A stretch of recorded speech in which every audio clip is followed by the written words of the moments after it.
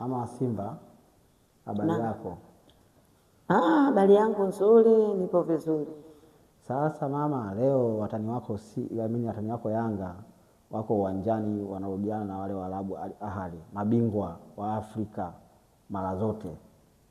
Una maoni gani kuhusu watani wako? Unaona wakifika wapi? Wako na pointi zao 4, watani wao wana pointi 7.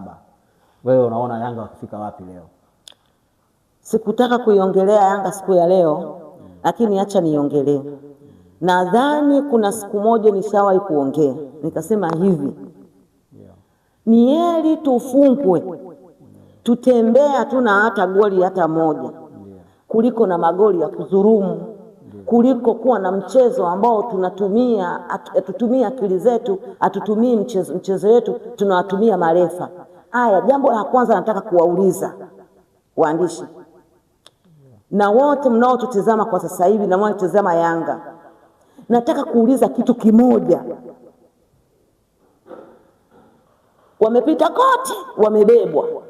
Zanzibar mliona walivyobebwa, mliona hata wakati wanaenda kwenye makundi walivyobebwa.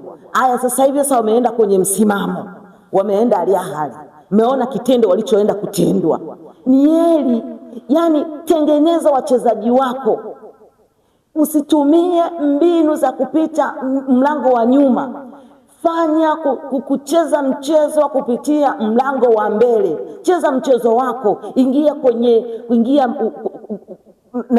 mchezo wako, ucheze vizuri ili uachane na masuala ya kubebwa. Sasa niangalie kama mtani wangu Yanga sasa hivi, siwezi kukupepesa macho ili nisiongea au nisifanye nini. Hebu angalia kitu walichoenda kutendwa kule Misri. Wametendwa kitendo gani? Pakome ile siku kuonekana. Yule sijui ndo anaitwa nani huyo aliyomleta hivi juzi hapa akasema ni mchezaji bora, akuonekana. Kama huyu Shabalala kabisa ndo akuonekana kabisa. Na ule ufupi wake sasa ndo alibadilika akawa mfupi zaidi, akawa kama kamdudu fulani. Yani hawakuonekana uwanjani. Hebu achana na masuala ya kubebwa. Achana nayo. Cheza mchezo wako. Achana na masuala ya namna hiyo.